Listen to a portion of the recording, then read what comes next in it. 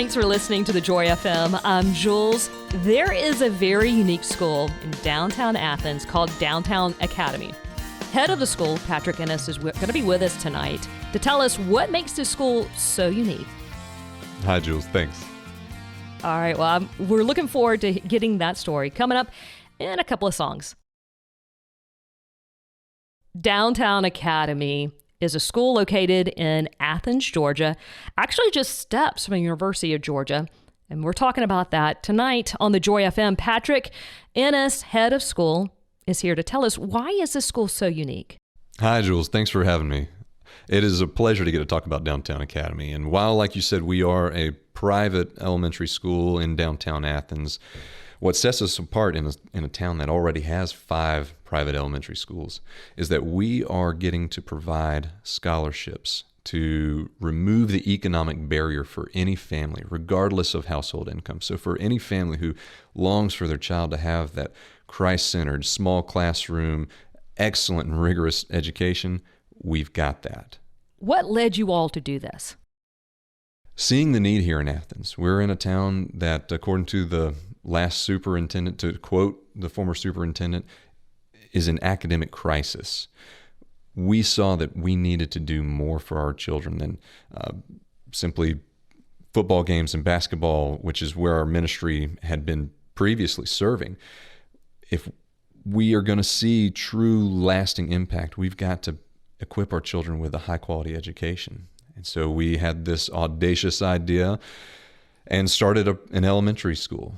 We started 7 years ago with a kindergarten and a first grade, and now run kindergarten through 5th grade, and have graduated two classes.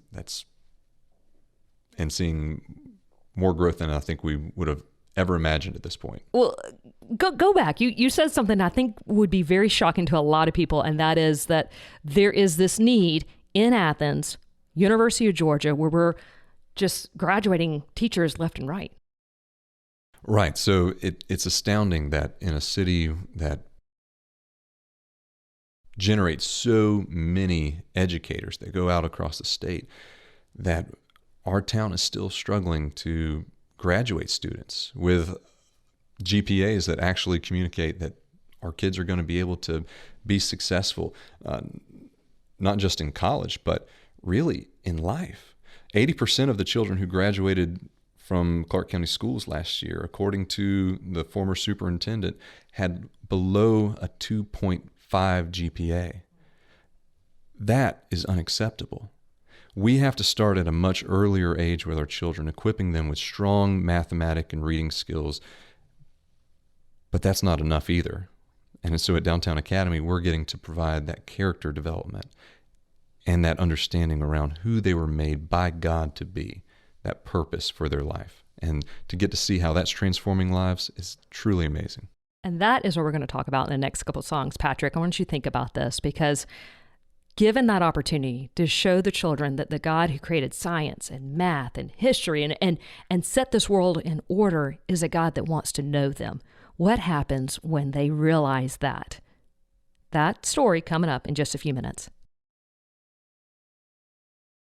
We are learning about Downtown Academy. It's a school in downtown Athens, but it's much more than that, a school. It's a ministry. That's all here on the Joy FM. And Patrick Ennis, he's a head of school. And Patrick, you were talking about having the ability to show these children that they have a God who's the author of all things. What happens when they realize that? So it's beautiful getting to be where we are, where we have our parents bringing their children to us saying, help me with this education. And we get to invite them into that educational responsibility, or rather they invite us, because we get to remind them, many for whom private education hasn't been an option. Education has been a mandate.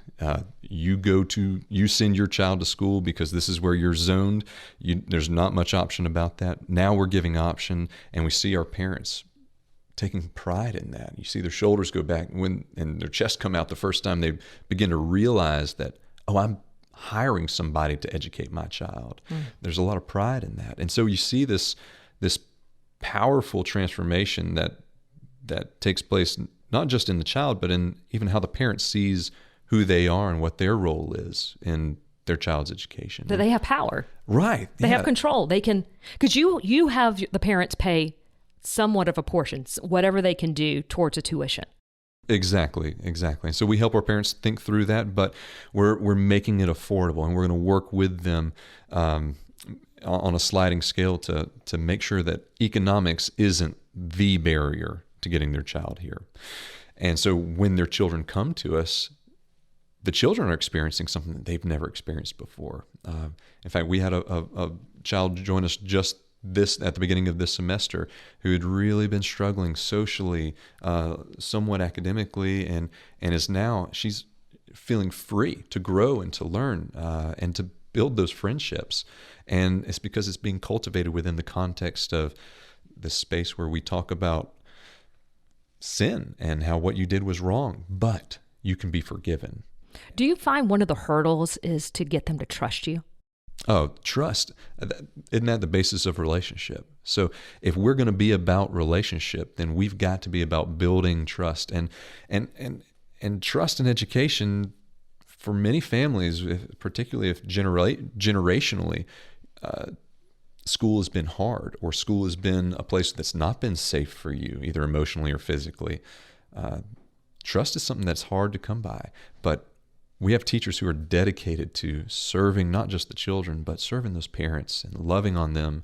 And we get to see real amazing changes. Can I tell you one story just about getting to see our children graduate last year? So we had many children who'd been with us for 5 and 3 years that we got to graduate and are now in middle school. And I'll tell you, I mean,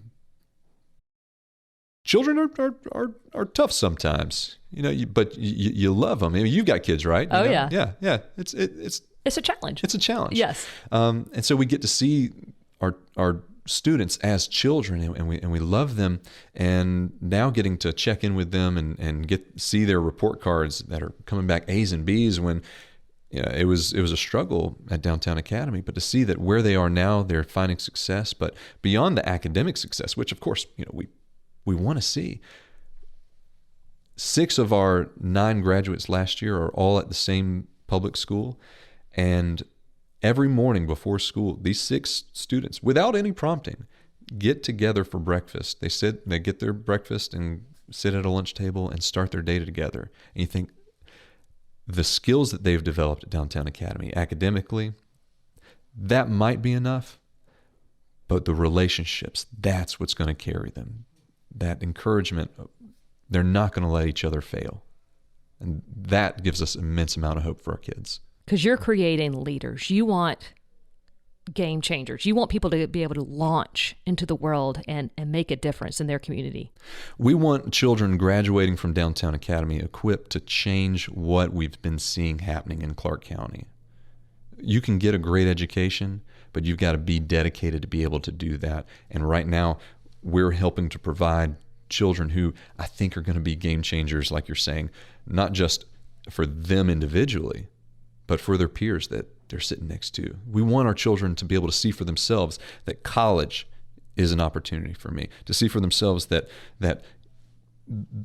big job, whatever it is, that is an opportunity for me, to be that community leader, that's an opportunity for me, that owning a home, that's an opportunity for me. And if they can see it for themselves, then the kids sitting next to them might see it too.